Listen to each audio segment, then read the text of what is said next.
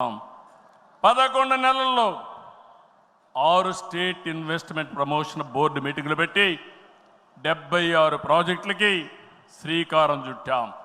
దీనివల్ల 4,95,000 కోట్ల రూపాయలు పెట్టుబడులు వస్తున్నాయి. 4,57,000 మందికి ఉద్యోగాలు వస్తున్నాయని చెప్పి కూడా నేను మీకు తెలియజేస్తున్నా. ఇది ఒక పక్కన మీరు చూస్తే నేను ఒకటే మీ అందరికీ హామీ ఇస్తున్నాను. మీ అందరిని ఇంటింటికి పంపించి మన ఎన్నికల మేనిఫెస్టో విషయాలు చెప్పాం, సూపర్ 6 కూడా చెప్పాం. ఎవరు ఎన్ని మాట్లాడినా, ఎన్ని ఇబ్బందులున్నా ఇవన్నీ నిలబెట్టుకునే బాధ్యత మనదని మరొక్కసారి మీ అందరికీ విజ్ఞప్తి చేస్తున్నా. సమస్యలు ఉన్నాయి. 10 లక్షల కోట్ల రూపాయలు వారసత్వ అప్పు, 1,20,000 కోట్ల రూపాయలు బకాయిలు, ఏదైతే బిల్స్ మాత్రం బకాయిలు. అందులో తెలుగుదేశం పార్టీ అంటే కచ్చగట్టి నీరు చెట్టు కానీ నరేగా కానీ మీరు చిన్న చిన్న పనులు చేసుంటే అవన్నీ కూడా వారగా పెట్టారు. నేను ఒకటే చెప్తున్నా, అవసరమైతే కేంద్రానికి కూడా చెప్పాం, కావాలని దగ్గర అకౌంట్లు క్లోజ్ చేసే పరిస్థితి వచ్చారు. అన్నీ కూడా ఓపెన్ చేయించాం, కేంద్రంతో మాట్లాడుతున్నాం. మన దగ్గరుండే అన్ని అకౌంట్స్ క్లియర్ చేసే బాధ్యత ఈ ప్రభుత్వం తీసుకుంటాం. నేను స్పష్టమైన ఆదేశాలు ఇచ్చానని ఈ మహానాడులో మీ అందరికీ విజ్ఞప్తి చేస్తున్నా. ఇది కాకుండా తల్లికి వందనం, ఎంతమంది పిల్లలుంటే అంతమందికి తల్లికి వందనం మీ కిందన పాఠశాలలు ప్రారంభించే ముందరే వాళ్ళకి ఇచ్చే బాధ్యత మనదని మరొకసారి విజ్ఞప్తి చేస్తున్నా. అన్నదాత రైతుకి న్యాయం చేసే పార్టీ తెలుగుదేశం పార్టీ. రాయలసీమలో హార్టికల్చర్ హబ్గా తయారు చేయడం, ఆంధ్రాలో అక్వాకల్చర్ని ప్రోత్సహించడం, అదే మరి గిట్టుబాటు ధర ఒకసారి ఇబ్బందులు వచ్చినా ప్రతి ఒక్క రైతును ఆదుకునే కార్యక్రమాలు చేశాం. ఇటీవల మీరు చూస్తే మిరప రైతులకు ఇబ్బంది వస్తే కేంద్రంతో మాట్లాడాం.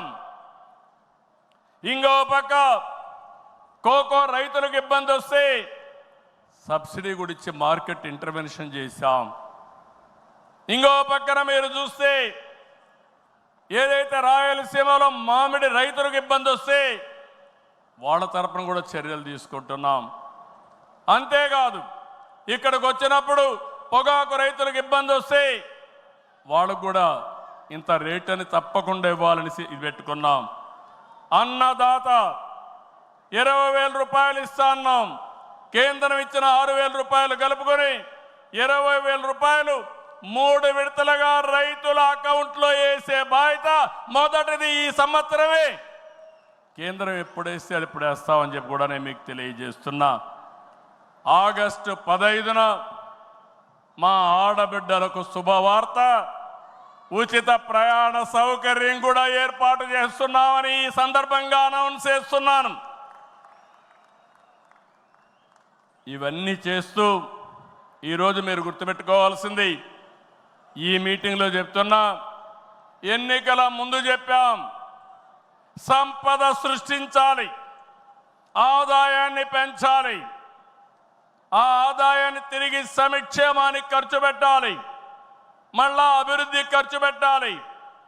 ఇది ఒక సైకిల్ కింద ప్రజల్ని శాశ్వతంగా ఎంపవర్మెంట్ చేసే కార్యక్రమానికి శ్రీకారం చుట్టాం.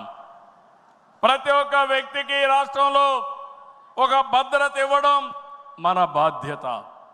ఇంకో పక్క ప్రతి ఒక్క కుటుంబాన్ని ఎంపవర్ చేయడం కూడా మన కర్తవ్యం అని చెప్పి కూడా నేను మీకు తెలియజేస్తున్నా. దీనికి టెక్నాలజీ ఉపయోగిస్తాం.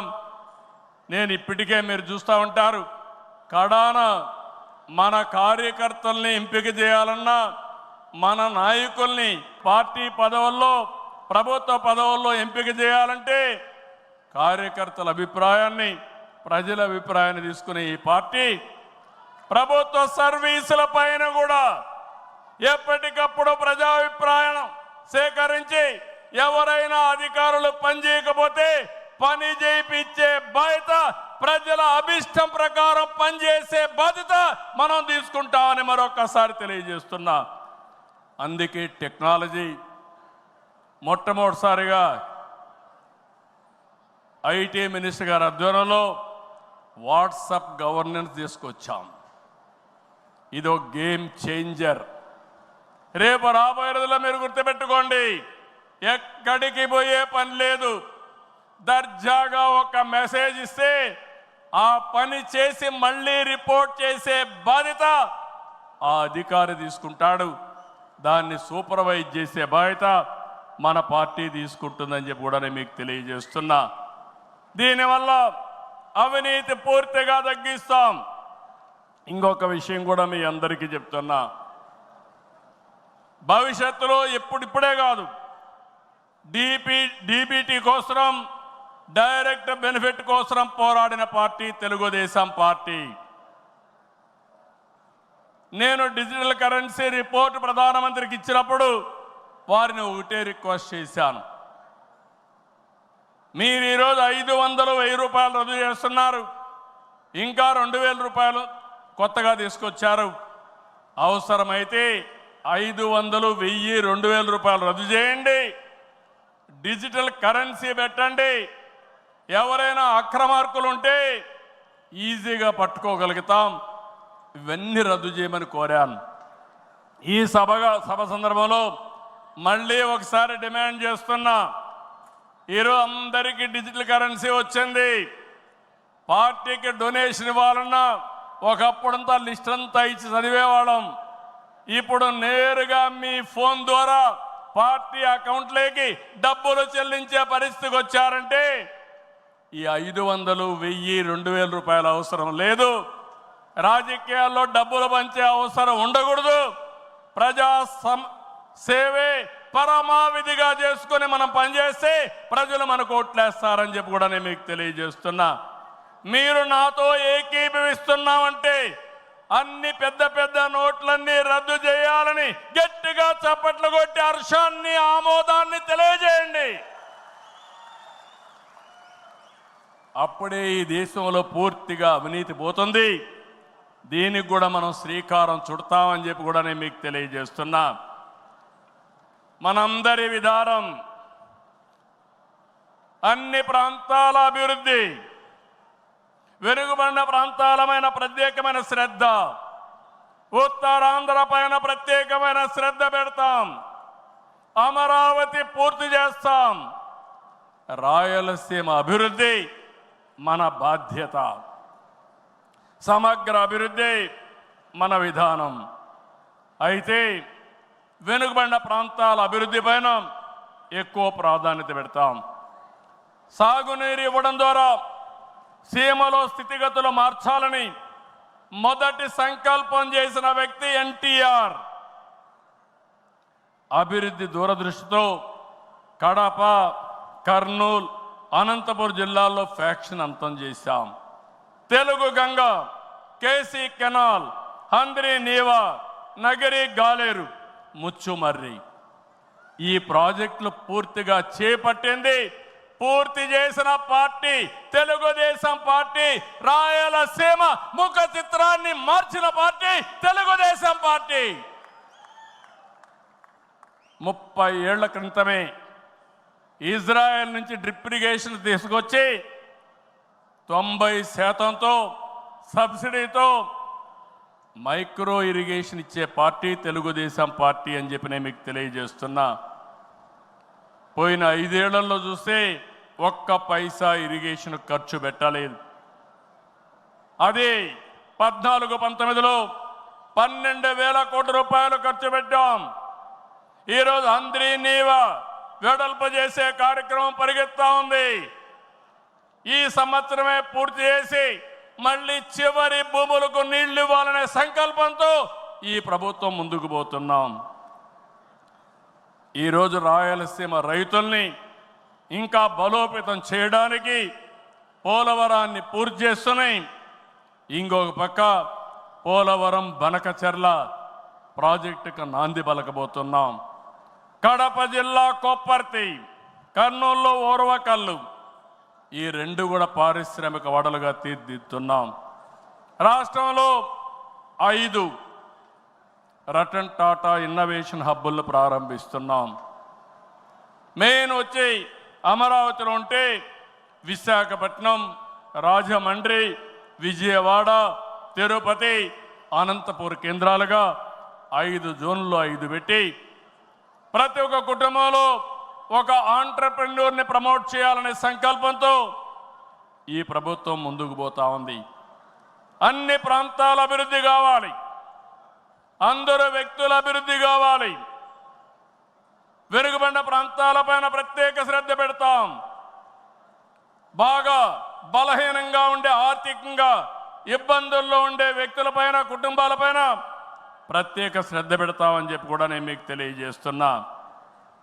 ఈ మహానాడు వేదికగా చెప్తున్నా, ప్రతి ఒక్క కార్యకర్త గర్వపడే పాలనిస్తాం.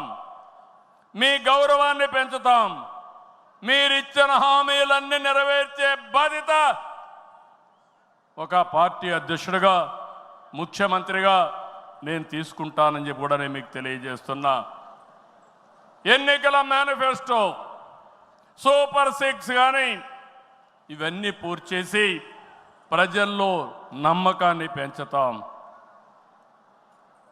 కూటమిగా మన 3 పార్టీలు కలిసి నడవాలి, మనం కలిసి గెలవాలి. తెలుగు జాతి నెంబర్ 1 కావాలంటే తెలుగుదేశం పార్టీ ఎప్పుడూ ముందుండాలని చెప్పి మీకు తెలియజేస్తున్నా. దానికోసం ప్రతి ఒక్క కార్యకర్త పనిచేయాలి, అవగాహన పెంచుకోవాలి, సమర్థవంతంగా పనిచేయాలి. నేను ఏదైతే ఆలోచిస్తున్నానో మీ అందరి ఆలోచనలు కూడా బలుకొని ఈరోజు విజన్ గాని ఇవన్నీ తీసుకొచ్చాం. అవన్నీ అమలు చేసే బాధ్యత మనం అందరం తీసుకుందాం. ఈరోజు, రేపు, ఎల్లుండి 3 రోజులు ఇక్కడ ఉంటున్నాం. నేను ఒకే ఒక విషయం మిమ్మల్ని కోరుతున్నాను. మీరందరూ వచ్చారు, నిండు శోభ వచ్చింది, చాలా ఉత్సాహం వచ్చింది. నాకు కూడా అనిపిస్తూ ఉంది, కొండను కూడా ఢీ కొట్టే శక్తి మీరందరూ నాకు ఇస్తున్నారు. అది చేస్తా. ఆత్మవిశ్వాసాన్ని పెంచారు. అయితే ఈరోజు ఇక్కడుండే వ్యక్తులను చూస్తే ముఖ్యమైన నాయకులు, యూనిట్ ఇన్ఛార్జీలందరూ ఇక్కడున్నారు, మండల పార్టీ అధ్యక్షులు ఉన్నారు, పార్లమెంటరీ పార్టీ నాయకత్వం ఉంది, ఇంకొక క్లస్టర్ ఇన్ఛార్జీలు ఉన్నారు, ఎమ్మెల్యేలు, శాసనకర్తలు, ఎమ్మెల్యేలు, ఎంపీలు ఇక్కడ ఉన్నారు, మంత్రులు ఉన్నాం. అయితే ఈరోజు మనకు కావాల్సింది ఎక్కడికక్కడ సమర్థవంతమైన నాయకత్వాన్ని ఇంకా తయారు చేసుకోవాలి. నాయకత్వం ఉంది, శక్తిని పెంచుకోవాలి, తెలివితేటలు పెంచుకోవాలి. మనం అనుకున్న లక్ష్యాన్ని చేరడానికి ఎలాంటి స్కిల్స్ కావాలనో అవన్నీ మనం నేర్చుకోవాల్సిన అవసరం ఉంది. ఈ రాష్ట్రాన్ని ఒక విజన్తో తీసుకుపోవాలంటే నేను ఒక్కడనే కాదు. అందుకే నేను చాలాసార్లు చెప్పాను, మంది పొలిటికల్ గవర్నెన్స్ అంటే మీరందరూ గెలిపించిన తర్వాత గెలిచిన వారిలో ఒక మంత్రివర్గాన్ని ఏర్పాటు చేసుకుని మేమేదో పరిపాలన చేస్తే కాదు, చివరి మైల్లో ఉండే కార్యకర్త కూడా ఈ ప్రభుత్వంలో భాగస్వామి అయినప్పుడు, మీ ద్వారా పరిపాలన జరిగినప్పుడు అదే నిజమైన పొలిటికల్ గవర్నెన్స్ అని చెప్పి కూడా నేను మీకు తెలియజేస్తున్నా. అందుకే ఒక సిస్టమేటిక్ ఆర్గనైజేషన్ తీసుకొచ్చాం. ప్రభుత్వానికి, పార్టీకి అనుసంధానం పెరగాలి, అనునిత్యం అవగాహన పెరగాలి, భాగస్వామ్యం పెరగాలి. దానికి మహానాడు ఒక వేదిక కావాలి. నేను పైనుండే నాయకులకు చెప్తున్నాను, ఇక్కడుండే క్షేత్రస్థాయి నాయకులందరూ కూడా చెప్తున్నాం, అందరం కలిసి పనిచేద్దాం, ఒకరినొకరు అర్థం చేసుకుందాం, గౌరవిద్దాం, టెక్నాలజీ ఉపయోగిద్దాం, అనుకున్న లక్ష్యాన్ని సాధించే వరకు నిరంతరం కూడా ఆలోచించి ముందుకు పోయే విధంగా కార్యక్రమాలు చేద్దాం. ఆ పునరంకితం కోసమే నేను ఒకటే చెప్తున్నా, ఈ మహానాడు ద్వారా మళ్ళీ ఆంధ్రప్రదేశ్ రాష్ట్రాన్ని, తెలుగు జాతిని నెంబర్ 1గా చేసే వరకు నిరంతరం పనిచేస్తామని గట్టిగా మీరందరూ కూడా చప్పట్లు కొట్టి హర్షాన్ని, ఆమోదాన్ని తెలియజేయాల్సిందిగా ఒక సంకల్పంతో ముందుకు పోతామని ఈరోజు చెప్పాల్సిందిగా మిమ్మల్ని అందరూ కోరుకుంటూ, ఆ దిశగా ఈరోజు చర్చలు చేయాలని చెప్పి కోరుకుంటూ, జై తెలుగుదేశం,